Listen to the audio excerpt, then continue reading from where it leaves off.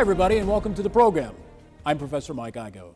Today we're going to talk about interviewing people for all your video projects and how to get the very most out of those interview subjects.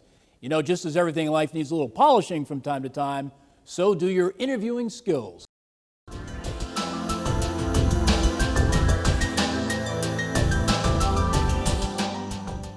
During my 30-year career as a professional journalist, I easily did hundreds of interviews with all sorts of people from all walks of life. What exactly is happening with that asbestos project? Should our viewer have received a ticket for parking on Hancock Street? What do the city rules have to say about where you have to store your totes? Even though every interview offers something different, they do have some things in common. I'm struck by how underappreciated the art of interviewing is.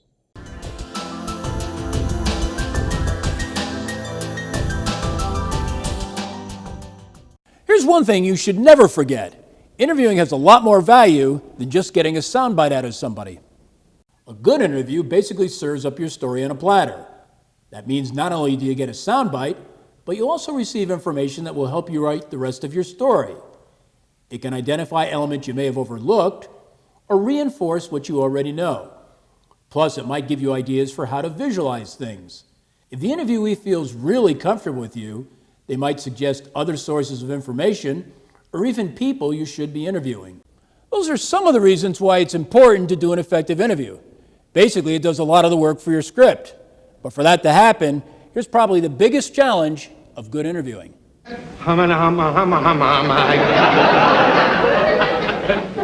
Yes, most people get very nervous about appearing on camera.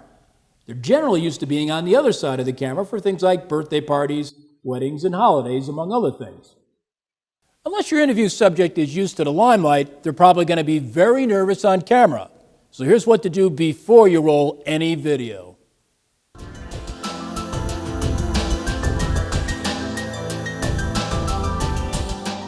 The main goal is to get them to relax. So how do you accomplish that? The first thing you have to do is park your ego. Remember, usually you're a stranger to the people you interview. Your project may be very important to you, but not necessarily to them. That's why it's important to make a connection with your interviewee before the interview actually starts. That way, once it gets going, it should be more effective. You can start the conversation by looking for clues in their home or office, wherever the interview will take place. For example, if you see lots of family pictures, that's something you can chat about. Or if you notice many religious pictures, their faith is probably important, or it might even be a pet house. Begin by talking about something that seems important to them. That can be the icebreaker to get them talking. It's okay to start an interview off track, chatting about things which have nothing to do with the subject at hand. It's a way of getting them comfortable with the conversation, just like in everyday life. Eventually, you can steer your conversation towards the topics that you want to cover. If they chit-chat too much, you can politely tell them you don't want to take any more of their time than is necessary. So let's start the interview. When you're dealing with people who have not been on camera previously, the interview is probably the last thing you want to do. If you can, shoot your other footage first with them. That will give them a chance to get comfortable with the video camera while you take the footage. It will show them that TV is their friend. But it is a good idea still to put the mic on them while you're videotaping. They might make some good comments that turned out just as good as the formal interview.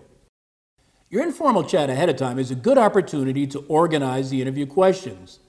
They may offer something you didn't know about, which should be one of your questions. Before you roll any video, you should always pre-interview. It gives them and you the opportunity to get organized mentally. Also, people are afraid of the sucker punch. They worry about looking bad on TV. People are always leery about coming across as stupid. A pre-interview will put them at ease, and that should produce a better interview. At this time, you may also want to consider some big picture questions. Things like how this situation affects others. Who's supposed to be taking action? What needs to be done? Stress how important their perspectives are to the success of your story. That can have a positive impact on their performance.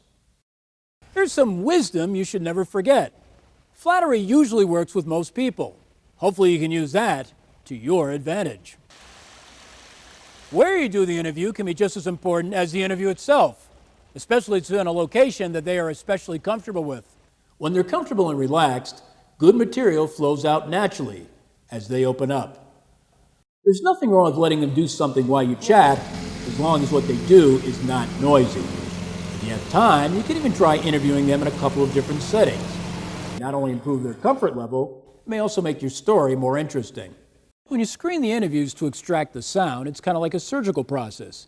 But at the same time, the leftover sound can help you in a number of different ways. It provides information to help with writing your script. It can give you information for your stand-up. Information that's not used as a soundbite can be used by you. Since you now have information from them, you can use it to think of video to shoot or special effects to create.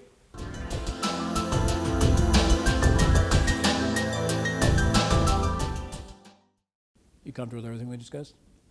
Okay, great. We've talked about preparing the interview subject. Now let's talk about guiding the interview once it actually gets underway. Just like a body of water, it needs to flow. Another way of putting it, you need to let it breathe. There's nothing wrong with preparing a list of questions ahead of time. In fact, as an inexperienced interviewer, you should. Still, if you're too locked into your list of questions, you might miss out on some magic moments. So don't be afraid to depart from the question list or your script. Whether you're chatting informally or in the actual interview situation, the best thing you can do is, that's right, listen. Let the people tell their stories. Listening carefully also improves the chances of them opening up. Just as important as listening, make eye contact. Don't be buried in your sheet of questions. That might send out a signal to them that you're disinterested. Another issue that often comes up is, do you give interviewees the questions ahead of time?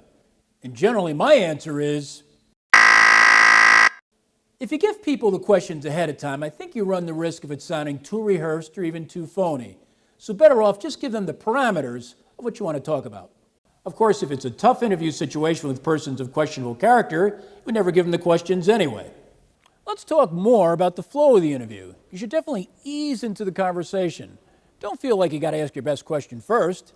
In fact, you probably shouldn't. It gives your interview subject a chance to get more comfortable, and ultimately, they'll probably give you a better answer. Here's another issue that often comes up during the interview itself. Is it unethical to re-ask questions? At the start of the interview, you may even want to alert them that you probably will re-ask questions. But when it comes to an unfriendly or a confrontational interview, you should never ask your toughest question first. Wait a bit into the interview. They might volunteer info they had not planned on sharing just because they've become more comfortable. At the end of the interview, be sure to ask them if there's anything else that they would like to share. They may think of some things that you had not discussed earlier. Do try to keep your interview focused. Remember, the more video you shoot, the more you have to screen later on. That's why pre-interviewing is so important. It helps cut down on wasted footage.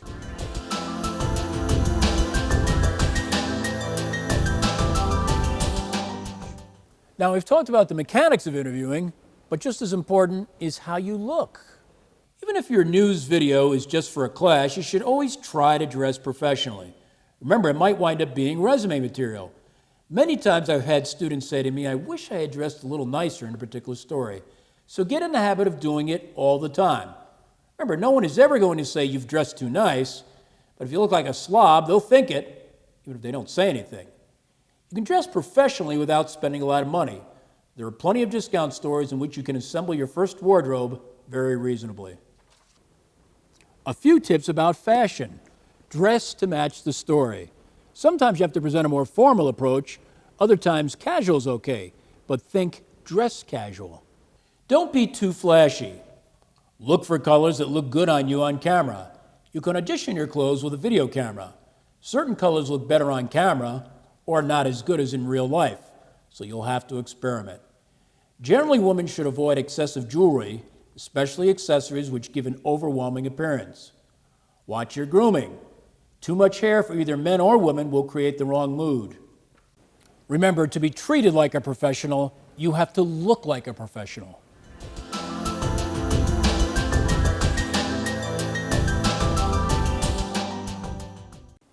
As you can see, interviewing is a lot of preparation, and you also have to prepare before it with all your research and any other information that you may gather. You should be preparing questions that you as an expert want answered, but you should also give some thought to what most people would probably want to know.